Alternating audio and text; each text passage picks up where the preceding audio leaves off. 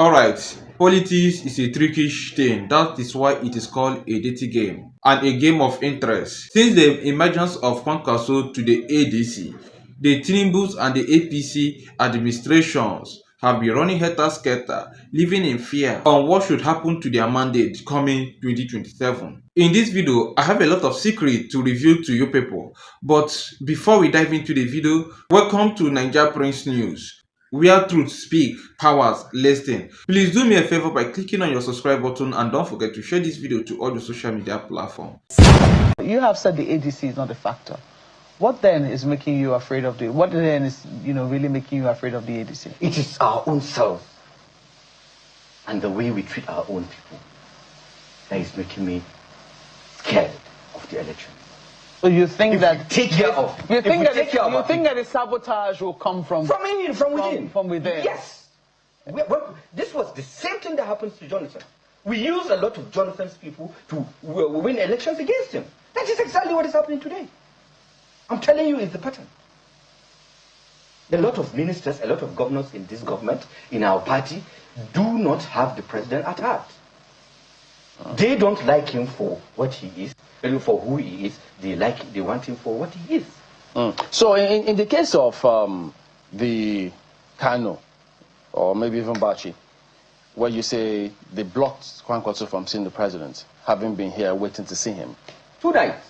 But in the case of Rivers, it was a different scenario. Some say, well, they tried to block it, but his approach to Rivers, because you heard several people say... That is the same approach I had wanted him to take in Kano. So why... Do you understand? If they blocked him in Kano, couldn't he have said, wait a minute, what's going on here? I want to... Because Kwankwaso is not a minister in his cabinet, but Amechi is a minister in his cabinet.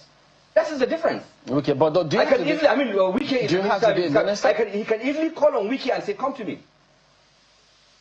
But Kwankwaso doesn't have that leverage of being in the same cabinet with the president. So he can't say, no, I want to see him, let him come to me. People will come and give him points and convince him on, we can win Kano for you with the governor, we can win Kano for you without Kwankwaso, which are all lies. I've said this so many times, even before Abba came in. I've said this so many times that with Abba, we need a Kwankwaso in APC or out of APC. Tell us about the conditions, because what we had heard was that part of the conditions that Rabbi Mr. Kwankwaso was given was a bit impossible. So, for instance, he gave what he gave. We heard something along the lines of, he would be vice presidential candidate if he was to come in. And then there were questions as to what will happen to the current VP, etc., etc. You didn't hear about that? There was nothing discussed like that between Kwankwaso and the president. It wasn't implied? I'm telling you that they blocked him from seeing him. So he never saw him? Those rumors of talks never happened? The talks never started? About Kwankwaso coming in and giving the VP seat? No. The talks even happened between the APC and the NNPP. Of course it happened because Abba is in APC today. Also NNPP, because Abba is the only governor of NNPP. So there were talks that happened. But the talks didn't happen with Kwankwaso. And that is where we made it wrong. That is where we got it wrong.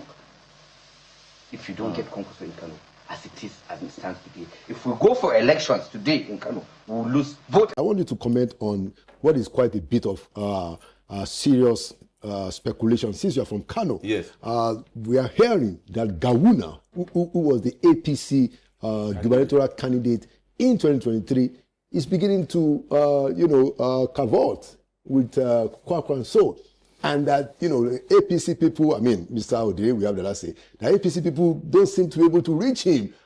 Is Kwankwaso making a move with Gawuna? If you remember, in this very esteemed program, we discussed Kano politics, and I said it. When His Excellency Abba Kabir moved into the APC, and I said it's not yet game over, that the politics of Kano is highly, sophisticated, and that yes, even though at the national level, with profound respect, President Bola Ahmed Tinubu, it looks like a settled matter. The political gladiators in Kano, it's not easy to assuage them that way. Go and settle yourself. The power blocks are deeply entrenched. And the political enmity is not going to just go away with a snap of a finger from Abuja. I told you. And I said, wait for the congresses. You said it on this I program. said, wait for the congresses. And I told you, the key political figures in Kano are not ready to be the political bomb boy for the federal for the next 3 to 4 years. Because in Kano, it's not about the 2027 election. It's about what will happen to me and my people till 2031. And it's playing out. Alright, let me make one thing very straight and clear. You see, with what you have already observed, you see that one, the APC house is not together within themselves. You know, it's not all about having the governors of the whole state. One is who is serving the interest of the APC at heart. Because them within themselves really knows the truth that their mandate that they are standing on has nothing and have never offered anything to the country. They promise they have their interests at heart.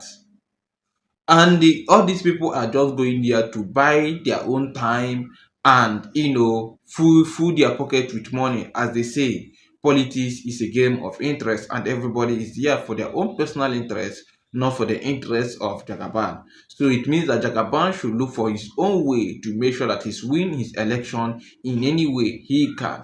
And that's why he positioned Sheyi Tinubu, his son, in the fourth run. And we went to come to the ADs, and a lot of people were, I say, you see, the material of Kwankwaso has a lot to offer because Kwankwaso get almost about 992,000 thereabout votes in state alone, which comprises the whole 12 or 6 states that APC won, which comprises of Enugu, Abia State, and what you have. You see that if only one state could give Kwankwaso such votes that APC didn't even get in 6 states, then then what do you think that would be the material of Kwankwaso and P2B? And the most interested part that you need to understand that they have Erufai, they have Malami, they have Atiku, Abubakar, all these people from the north. And remember, they have the voice of the north already. And P2B from the southeast and the part of the south. APC is really scared of themselves. And the emergence of Kwankwaso is their biggest threat. Share your own opinion in the comment section and don't forget to share this video to all your social media platform. Thank you and God bless.